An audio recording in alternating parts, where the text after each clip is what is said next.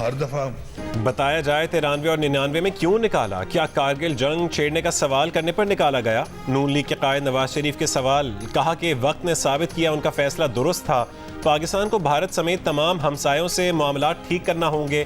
نون league کے ticket holder سے خطاب میں کہا ہے کہ 2017 میں جب تک وہ خود وزیر اعظم تھے ملک ترقی کر رہا تھا، پھر کچھ کردار آ گئے جنہوں نے ملک کا بھٹا بٹھا دیا۔ کیوں ایک اناڑی کے ہاتھ میں باغ ڈور دے دی گئی؟ جنہوں نے ملک کو اس حال تک پہنچایا ان کا محاسبہ ضروری ہے۔ نیب کا بیوروکریسی کا اعتماد بحال کرنے کے لیے نیا طریقہ کار تیار۔ دی نیوز کے ایڈیٹر انویسٹیگیشن انصار عباسی کی رپورٹ کے مطابق نیب کو کسی سرکاری ملازم یا عہدیدار کو مستقل طور پر مستقبل میں ہراساں کرنے یا پکڑنے کی اجازت نہیں ہوگی۔ سرکاری ملازمین کو کرپشن کے نام پر غیر ضروری انویسٹیگیشن سے بچانے کے لیے 6 بڑی تبدیلیاں متعارف کروائی جائیں گی۔ کسی کے خلاف گمنام شکایت پر غور نہیں کیا جائے گا۔ کسی بھی سرکاری ملازم کے خلاف بدعنوانی کی شکایت کرنے والا ایک حلف نامہ جمع کروائے گا کہ اگر اس کی شکایت غلط ثابت ہوئی تو وہ قانونی نتائج کا سامنا کرے گا۔ ایسے کسی بھی معاملے کی انکوائری نہیں کی جائے گی جس کی شکایت میں سرکاری اقدامات میں طریقہ کار کی خرابی شامل ہو۔ تحقیقات کا سامنا کرنے والے شخص کو ملزم نہیں بلکہ رسپونڈنٹ یعنی جواب دینے والا کہا جائے گا۔ انویسٹیگیشن کے مرحلے پر میڈیا کو جواب دے کر نام یا شکایت کی تفصیلات فراہم نہیں کی جائیں گی۔ سرکاری ملازمین کے خلاف شکایت درج ہونے کی صورت میں صوبائی اور وفاقی سطح پر سینئر سیکرٹریز پر مشتمل کمیٹیوں سے بھی مشاورت کی جائے گی۔ بانی پی ٹی آئی نے توہین الیکشن کمیشن کی کارروائی اور jail trial Lahore high court میں چیلنج کر دیا۔ الیکشن کمیشن کا جیل ٹرائل کا فیصلہ کالعدم قرار دینے کی استدعا۔ درخواست میں کہا گیا کہ الیکشن کمیشن کے پاس توہین الیکشن کمیشن کی کارروائی کا اختیار نہیں ہے۔ اس کیس میں الیکشن کمیشن کا جیل ٹرائل کا فیصلہ غیر قانونی ہے۔ جیل میں خفیہ ٹرائل آئین کے آرٹیکل 4 کی خلاف ورزی ہے۔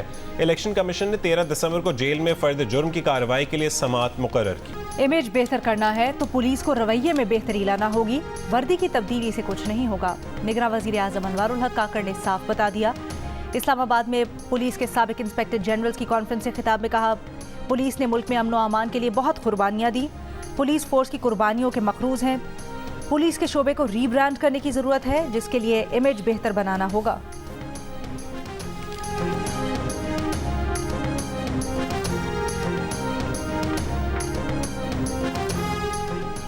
توشہ خانہ ریفرنس فیصلے کے خلاف بانی پی ٹی آئی کی اپیل ناقابل سماعت ہونے پر خارج کی گئی۔ الیکشن کمیشن کا 21 اکتوبر 2022 کا فیصلہ پہلے اسلام آباد ہائی کورٹ میں چیلنج کیا گیا۔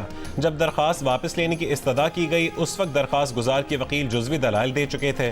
درخواست گزار کو اسی عدالت سے عبوری ریلیف ملا، متعدد سماعتیں بھی ہوئیں۔ بانی پی ٹی آئی کی اپیل مسترد کرنے کا اسلام آباد ہائی کورٹ کا تفصیلی فیصلہ جاری۔ فیصلے کے مطابق سندھ ہائی کورٹ اور دیگر عدالتوں کا بھی اس ضمن میں فیصلہ موجود ہے۔ واضح عدالتی حوالوں کی موجودگی میں درخواست واپس لینے کی استدعا منظور کرنا طے شدہ اصولوں کی خلاف ورزی ہوگا۔ لاہور ہائی کورٹ ان درخواستوں کو قابل سماعت قرار دیتی ہے یا نہیں، یہ فیصلہ اسی عدالت کو کرنا ہے۔ کمسن رضوانہ تشدد کیس میں سول جج کی بیوی سومیا عاصم آج بھی پیش نہ ہوئی، فرد جرم عائد نہ ہو سکی۔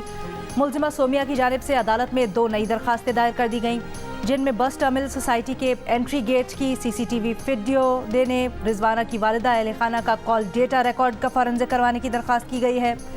رضوانہ کے وکیل نے کہا کہ فرد جرم کی کارروائی مؤخر کرنے کے لیے حربے استعمال کیے جا رہے ہیں۔ پولیس نے چالان جمع کروا دیا ہے، فرد جرم کی کارروائی شروع ہونی چاہیے۔ عدالت نے CCTV سے متعلق درخواست پر پروزیکیوشن سے 19 دسمبر کو دلائل طلب کر لیے۔ سول جج عاصم حفیظ، ان کی بیوی سومیا اور بچوں کے ہاتھوں تشدد کا نشانہ بننے والی کمسن رضوانہ نے نئی زندگی ملنے کے بعد اسکول جانا شروع کر دیا ہے۔ رضوانہ کا مطالبہ ہے کہ اسے انصاف فراہم کیا جائے۔ چلاس میں اپنے شوہر اور بچوں کو بچانے والی بہادر خاتون روشن بی بی کا کراچی کے اسپتال میں علاج جاری۔ غیزر کے گاؤں احمد کی 28 سالہ روشن بی بی کو چلاس میں بس پر دہشت گردوں کی فائرنگ کے دوران 6 گولیاں لگیں۔ روشن بی بی نے اپنے 1.5 سالہ بیٹے، 4 سالہ بیٹی اور شوہر کو بس کے فرش پر لٹایا اور ان کی حفاظت کے لیے خود ان پر لیٹ گئیں۔ روشن بی بی کو شدید زخمی حالت میں بذریعہ ہیلی کاپٹر گلگت سے راولپنڈی منتقل کیا گیا جہاں ان کے جسم سے 3 گولیاں نکالی گئیں۔ 3 گولیاں اب بھی ان کے جسم میں موجود ہیں۔ 2 دسمبر کو چلاس میں بس پر فائرنگ کے واقعے میں 9 افراد جاں بحق اور 26 زخمی ہو گئے تھے۔ کیا سابق وزیر اعظم ذوالفقار علی بھٹو ریفرنس کی کارروائی براہ راست نشر کی جائے گی؟ سپریم کورٹ کی 2 رکنی کمیٹی پیر کو رپورٹ پیش کرے گی۔ نشریات براہ راست دکھائی جائیں یا سماعت کے بعد ریکارڈنگ جاری کی جائے؟ جسٹس اطہر من اللہ، جسٹس محمد علی مظہر پر مشتمل کمیٹی سفارشات فل کورٹ کے سامنے رکھے گی۔ ذوالفقار علی بھٹو ریفرنس پر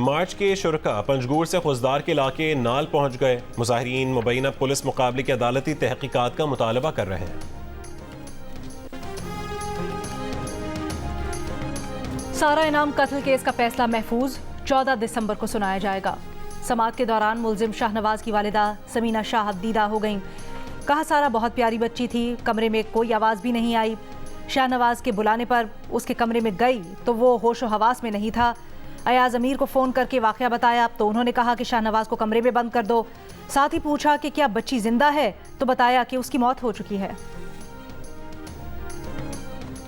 حج درخواست گزاروں کی آسانی کے لیے آج اور کل اتوار نامزد بینکس کھلے رہیں گے. ترجمان وزارت مذہبی امور کے مطابق منگل 12 دسمبر تک حج درخواستوں کی وصولی بلا تعطل جاری رہے گی. بڑھتے حج اخراجات کے سبب پاکستانی شہریوں کی جانب سے سرکاری حج کے لیے درخواستوں کی وصولی میں عوامی دلچسپی کم. اب تک صرف 20,500 عازمین حج نے درخواستیں جمع کروائی ہیں.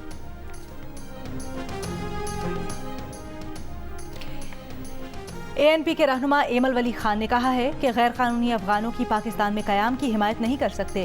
ریاست کی ویزا پالیسی کی حمایت کرتے ہیں. جیو نیوز کے پروگرام جرگا میں کہا جو بھی پاکستان آئے گا کاغذات کے ساتھ آئے گا. افغانستان اور پاکستان کے پختون ایک ہیں مگر اس کی آڑ میں کسی غیر قانونی عمل کی حمایت نہیں کر سکتے. ایمل ولی خان کا تفصیلی انٹرویو دیکھیے آج رات 10 بجے صرف جیو نیوز پر.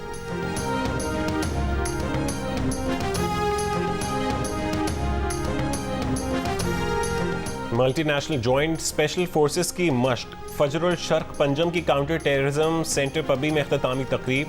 ISPR کے مطابق 27 نومبر سے شروع ہونے والی 2 ہفتے طویل مشق میں پاکستان، بحرین، عراق اور کویت کی اسپیشل فورسز کے دستوں نے حصہ لیا.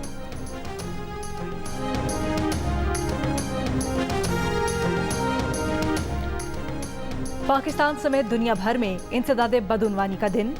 اس سال کی تھیم ہے انسداد بدعنوانی کا امن، سیکیورٹی اور ترقی سے تعلق اجاگر کیا جائے.